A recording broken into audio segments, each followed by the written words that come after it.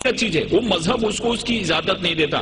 नामो नसब जमीन के नस्लों में बट गए, आदम के बेटे कितने कबीलों में बट गए, आए हैं जब से पेश इमामत के मसल्ले, सिजदे हमारे कितने मरलों में बट गए। ये किस तरह से कौम को इल्जाम में गुम रही, जब रहनुमा ही कौम के फिरकों में बट गए।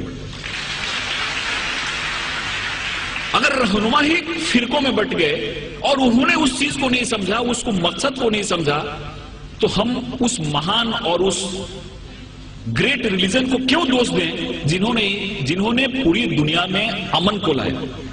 ये समझने की चीज है, क्योंकि बहुत सारी चीजें मुझको भी मालूम नहीं थी। मेरे भी मन में बहुत सारे मिसअंडरस्टैंडिंग थे। जब मैंने इस्लाम को पढ़ा और इस्लाम जानने वालों से चर्चा की, तो मेरे मन में बहुत सारे जो मिसअंडरस्टैंडिंग थे वो मिसअंडरस्टैंडिंग दूर हो गए। एक जगह ऐसी आयत आई है जहां पे कहा गया है कि इस दुनिया की कोई भी ऐसी जगह नहीं है जहां पे हमने अपने नबी और रसूल न भेजे। 1,24,000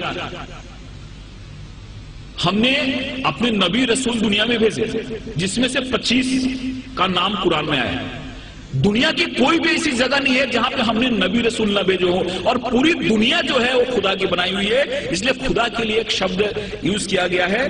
गॉड जो है, खुदा जो है वो रबुल अल आलमीन है, और प्रोफेट मोहम्मद जो है वो रहमतुल आलमीन है।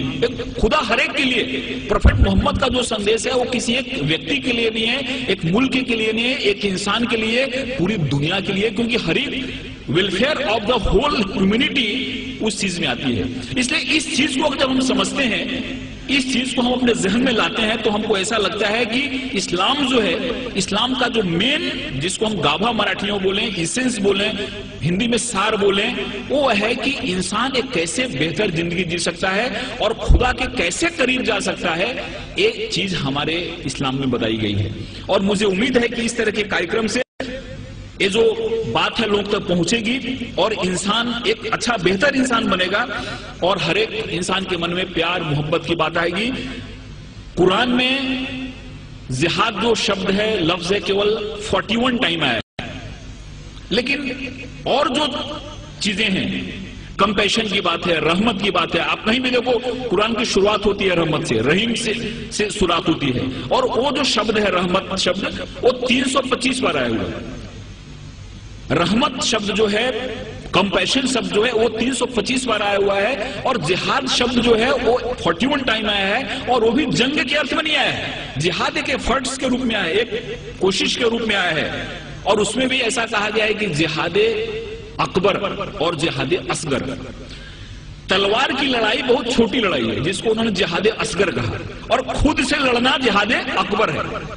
सबसे बड़ी लड़ाई है खुद से लड़ना। हमारे अंदर जो विकार है, हमारे अंदर जो दोष हैं, हमारे अंदर जो खामियां हैं, इन खामियों से लड़ना सबसे बड़ी लड़ाई, जिसको जिहाद अकबर कहा। और तलवार की लड़ाई छोटी लड़ाई है, उस लड़ाई को बहुत ज्यादा तरजीह नहीं दी, वो जिहाद असगर है।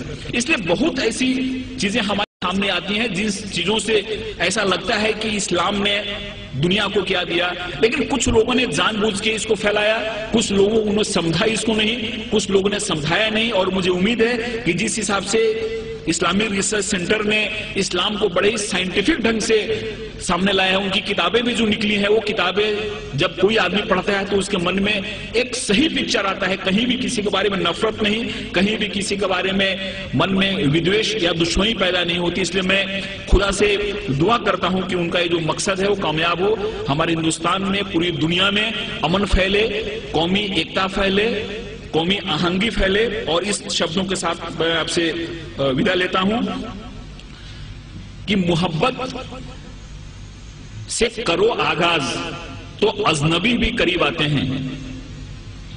मोहब्बत से करो आगाज तो अजनबी भी करीब आते हैं, और मोहब्बत है एक रूहानी मंजिल जहां फरिश्ते भी सर झुकाते हैं। खुदा हाफिज़। Spread the word, oh man.